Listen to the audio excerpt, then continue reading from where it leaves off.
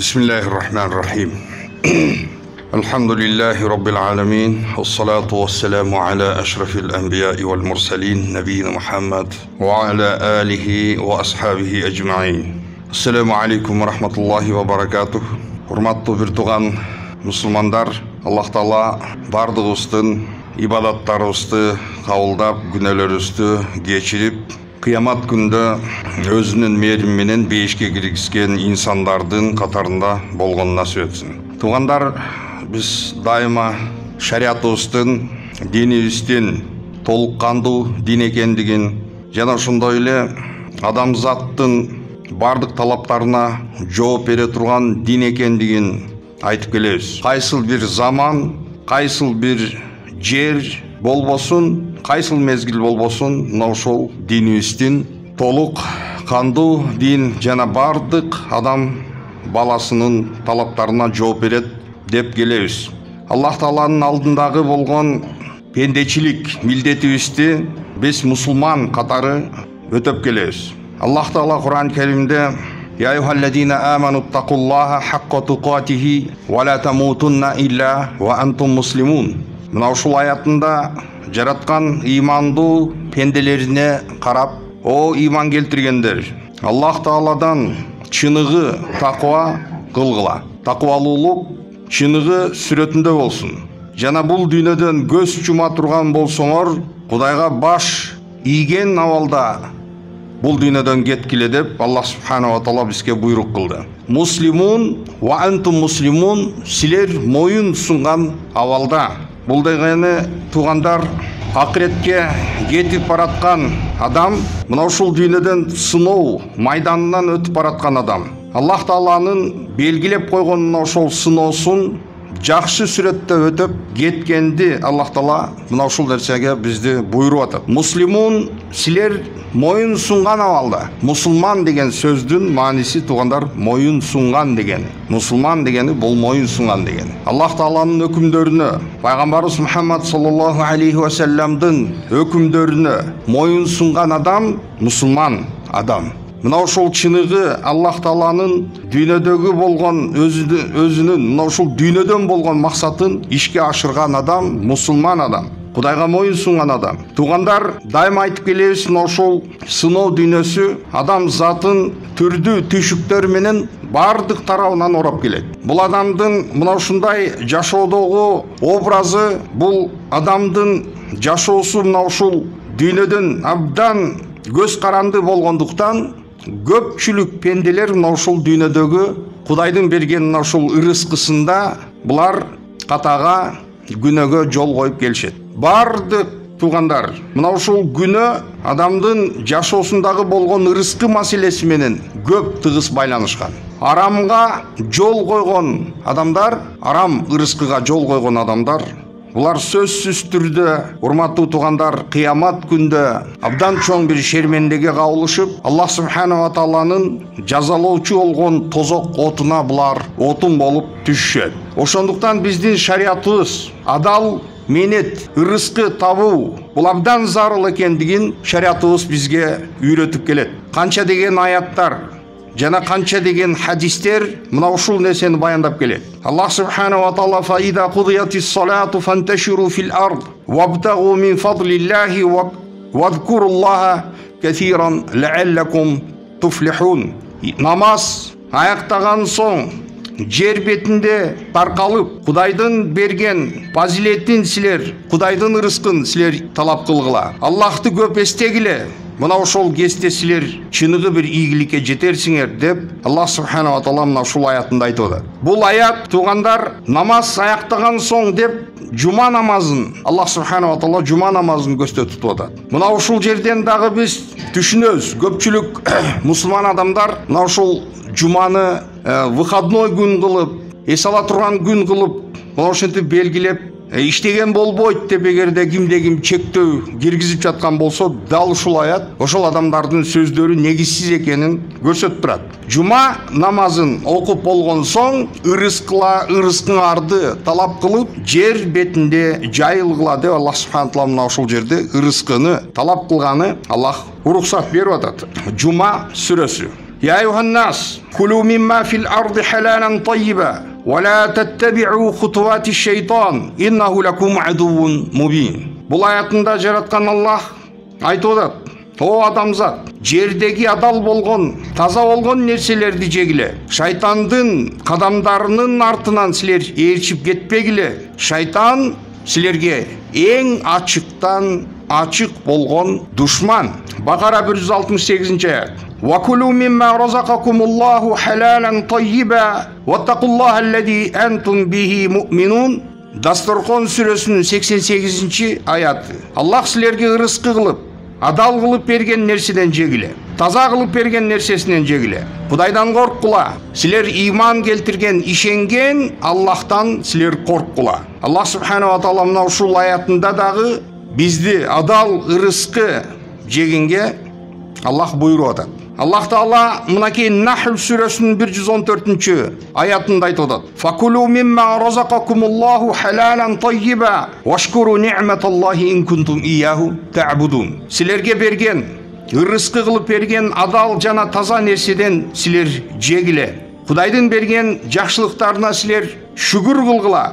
Егерде силер Аллахқа ибадат қылып, Құдайға мойын сунуп жатқан адамдар бола тұрған болсоңор деп Аллах мынау аятында дағы адал рызқыны жегені Аллах Таала бұйырды. Туғандар, мынау адал рызқының орду әрбір мұсылман адамдың жашоосунда, жана ошондой эле жеке жашоосунда, жана ошондой эле коомдук жашоосунда, элдин коомдук жашоосунда таасири абдан чоң, абдан улуу. Мына ошол адамдын үйүндөгү болгон берекеси, үй бүлөсүнүн ичиндеги болгон жакшылыктар бардыгы туугандар адал рызкы менен байланган.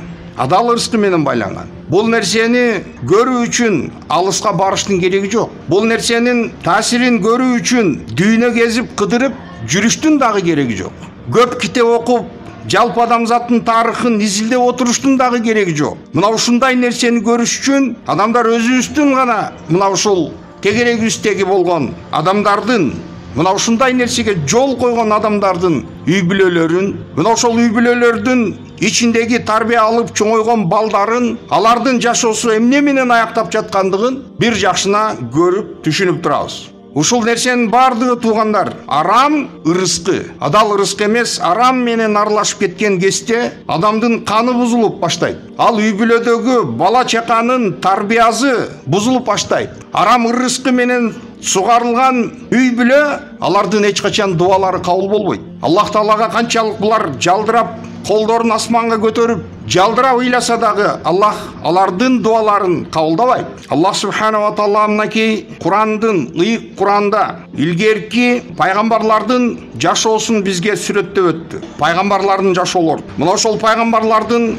рызкыны талап кылган, алардын тутунган жолдорун бардыгын Аллах субханала таала бизге баяндаган болчу. Эмне менет менен алек болгондугун, жана кантип алар рызкы тапкандыгын Аллах субханала таала бизге мына ошол саналуу пайгамбарлардын окуяларын айтып берген болчу. Пайгамбарыбыз Мухаммад саллаллаху алейхи ва саллям пайгамбарыбыздын сөздөрүнө бу көңүл бура турган болсок, пайгамбарыбыз саллаллаху алейхи ва саллямдын айткан сөздөрү бар. Кайсыл категориядагы адамдар бар, алардын Аллахка болгон дуалары эч кандай тоскоолдугу жок, кабыл болот. Эч кандай тоскоолдугу жок, кабыл болчу дуалар. Алардын туугандар катарында мына мусапыр, жер кезип жүргөн, алыс жол жүргөн мусапыр адам бар. Ошол мусапыр адамдардын дуасы кабыл болот деп айтылат. Пайгамбар саллаллаху алейхи ва саллям айтты. Куран аятын Пайгамбар саллаллаху алейхи ва саллям окуду.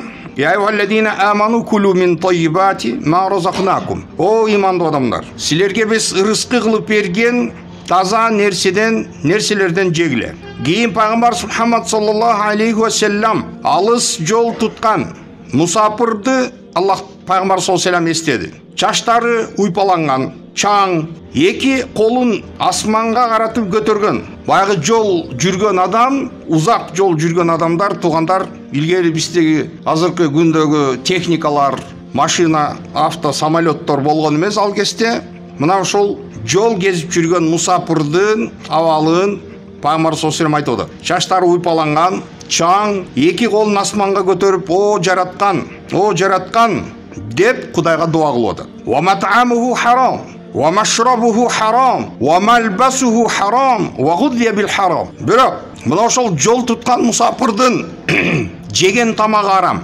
ичкен суусундуктары арам, кийген кийими арам. Арам менен бул толук азыктанган. Фа анна юстажабу ла. Раваху Муслим. Кантип мына ушундай адамдан дуасы кабыл болсун. Муслим хадис жинагы. Мынакей туугандар, дуасы эч кандай тоскоолдугу жок кабыл болчу категориядагы адамдардын бири алыс жол жүргөн мусапыр болчу. Бирок ушул мусапырдын дуалары таптакыр Аллах тарабынан кабыл болгон жок.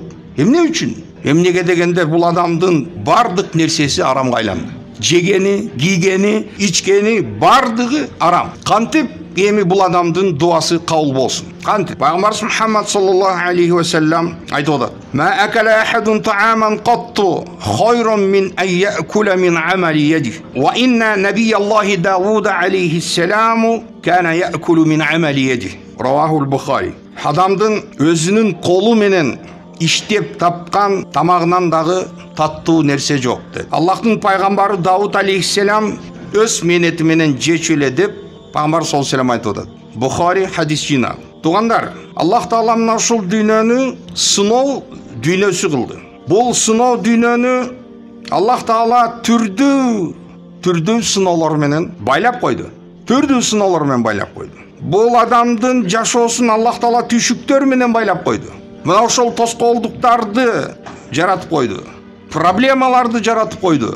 Адамдардын табиятында мына ошол дүйнөнүн байлыгын ушунчалык таттуу жана кооз кылып койду. Адамдардын жашоосундагы болгон эң биринчи стремлениясына, анын аракеттерине татыктуу кылып адамдын жүрөгүнө мына ушул дүйнөнүн махабатын Аллах таала киргизип койду, табиятына. Жана ошондой эле туугандар, мына ушул дүйнөнүн бир чиркейдин канатынчалык салмагы жок боло турган болсо дагы, туугандар, бул дүйнөнүн кадырын мына ошол хидаяттан, хидаят нурунан махрум болгон адамдардын жүрөктөрүндө бул дүйнөнүн ордун абдан улуу кылып койду. Адамдар бири-бири менен мамиле кыла турган болсо, мына ушул дүйнөнүн негизинде мамиле кыла турган кылып койду.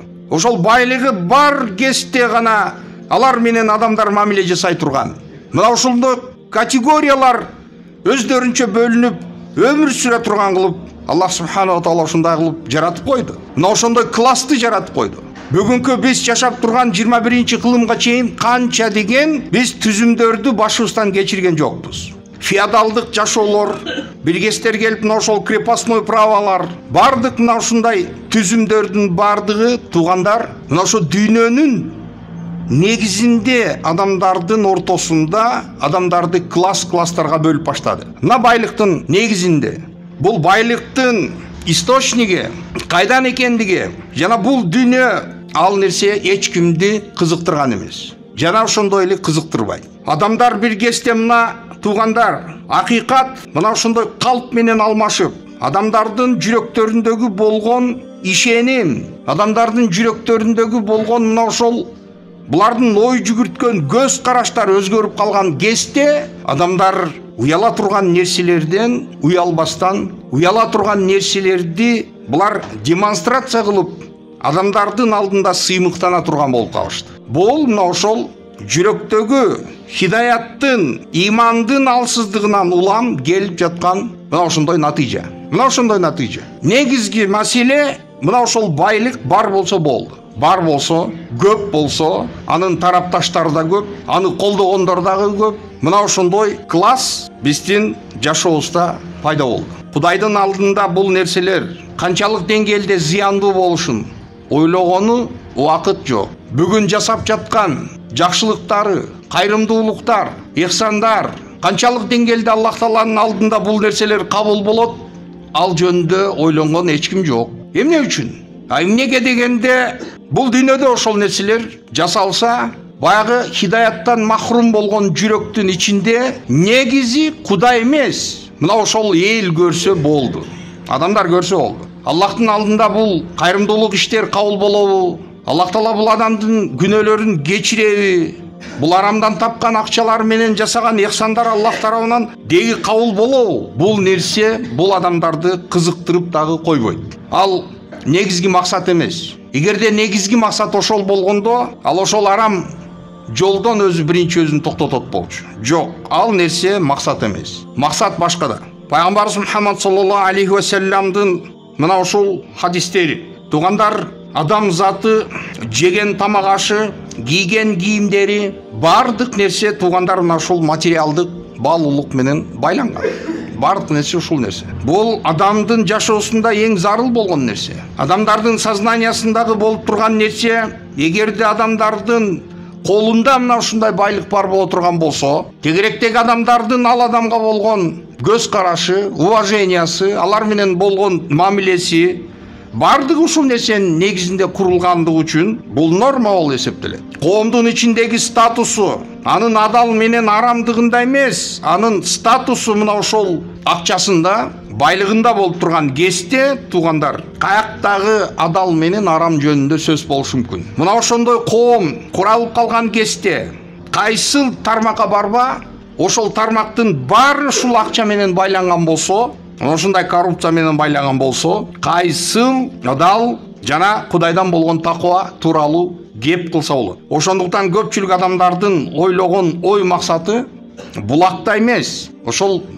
байлыктын источнигинде эмес. Негизи ошол нерсе бар болсо болду. Бар болсо болду. Бар болсо болду. Мына ошол эң негизги максат. Бул нерседен артынан, бул нерсенин артынан адамдын жеке жашоосундагы болгон терс көрүнүштөр пайда болушу, коомдук деңгээлде коомдун бузулушу, коомдун ичиндеги адамдардын мына ошол аң сезиминде болгон ушул адамдын баалуулугу, анын сый урматы, бардык ушул түшүнүктөрдөгү болгон өзгөрүү тугандар мына ушул нерседен улам болот. Ошондуктан Пайгамбарыбыз Мухаммад саллаллаху алейхи ва саллам bir hadisinde ait. Kullu cesedin nebet min suhtin fennaru avlabi. Ar bir dene aramdan öskön, aram menen azıktangan ar bir dene al dene üçün tozok tatıktуу dedi. Peygamber sallallahu aytadi. Oşondoy dene üçün tozok tatıktуу. Oşonduktan her bir Müslüman adam, kандай bir mamilege girbesin, кандай нерсени бир жасабасын, ошол нерседеги болгон шариаттын өкүмүн изилдеп, бир ооз сурап, мамиле кылганды билиши керек. Мен ушундай тутсам, бул арам болуп калбайбы деген мусулман адам үчүн ошол вопрос эң биринчи орунда турушу керек. Тугандар, адал рызкынын тугандар пенде үчүн болгон абдан мөмөлүү жакшы тараптары да абдан көп. Биринчиден, бул адамдын жүрөгүнө Аллах Таала нур салат. Аллах субхана ва таала бул адамдын жүрөгүн кең кылат. Бул адамдын жүрөгүнө бейпилдикти салат.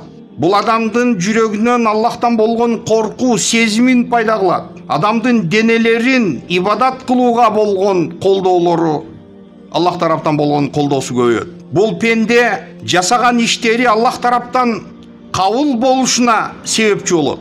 Тугандар, пенденин жасаган амалы кабыл болушу. Илгерки мамилелер ал бардыгы эле ошо постсоветтик пространствода баарында эле болду. Ошол бир система түзүм урап, социализм идеялары урап, андан кийин кирип келген капитализм, адамдардын бардык интеллигенция окуган кызыл дипломдор менен эмне кылышын билбей, мына ошентип алаңдап, түшүнүксүз, алар үчүн бир мамлекет, өкмөт жан күйгүзүп жүргөн болсо, мындай инсандар бардыгы тугандар забортом калып кетишти. Ошол баягы тугандар творческий адамдар, көбүрөөк умственный иштер менен алектенген инсандар, мына ошол адамдардын бардыгы тугандар ошол идея менен жашап жүргөн, идейный адамдардын бардыгы көчөдө калды. Картошка сатып, башка кылып. Эч качан ошол идея менен күйбөгөн прагматтардын бардыгы, двоечник, троечниктердин бардыгы бийликке келишти. Хваткалары күчтүү. Бул бир гана Кыргызстан эмес, бул бардык ошол өлкөлөрдө, алардын үстүндө мынакей ошол баарынын атасы болуп турган Кремльге чейин бардык ушул нерселер ушундай абалга кабылышты. Болгон нерсенин баарын чекесинен сатып, кыйратып, акыры мына ушундай абалга туш келдик. Тугандар, мына ушул нерсе болуп турган кезде тугандар бир кайрымдуулук иштерди кылып коюу же болбосо ошол мечитке таап келген акчасынан кичине узата коюу, мына ошол нерсе менен булар өздөрүнүн ошентип арамдан тапкан акчаларын бардыгын адалдаштырып алабыз деген акылсыз ушундай бир ишенимдер болду. Бул нерсени түшүндүрүп айта турган молдокелер да болгон жок. Рекеттери, разборщиктери, башкаларды грузит этип алган акчалардан 10%-ин мечиттин кассасына молдокеге берип дуасын алып, мына ошол менен калган акчаларын өздөрүнчө булар адалдаган болот. Бирок бул нерсенин бардыгы, туугандар, бул дин Аллах субханала ва таала пайгамбарыбыз Мухаммад саллаллаху алейхи ва салламдын дининде, шариятында булардын бардыгы бул жаш баланын оюну, бул деген маскара, бул деген дин эмес, бул деген шарият эмес, бул жөнөкөй эле маскара. Туугандар, мына ушул хадисти окуп жыйынтыктайбыз. Имам Ахмадтын риваятындагы келген хадис, туугандар. Пайгамбарыбыз Мухаммад саллаллаху алейхи ва салламга келдим дейт, сахабалардын бири. Пайгамбар саллаллаху алейхи ва салламга келдим. Пайгамбарыбыз айтты: "Жи'та тас'ал анил бир", жакшылык сурайм деп келдиңби деп пайгамбар сурады. Ооба дедим. Я Расулаллах, ооба, жакшылык тууралуу сурамакчы болдум эле. Кала истафти калбак. Ал-бирру матмааннат илейхи ан-нафсу ва тмаанна илейхи ал-калб. Вал-ithmu ма хака фи ан-нафси ва тараддада фи ас-садри ва ин афтака ан-насу ва афтау. Пайгамбар жооп берди. Айтып атат пайгамбар: "Ооба, мен ошол жакшылык сураганы келдим, сурап келдим." Пайгамбарыбыз айтты: "Сен жүрөгүңдөн сура" деди. Биринчи жүрөгүңдөн сура. Жакшылык деген нерсе адамдын жаны мына ошол нерсеге тынчтанып, жана ошол нерседен мындай бейпилдик тапкан болсо, мына ошол нерсе жакшылык деди.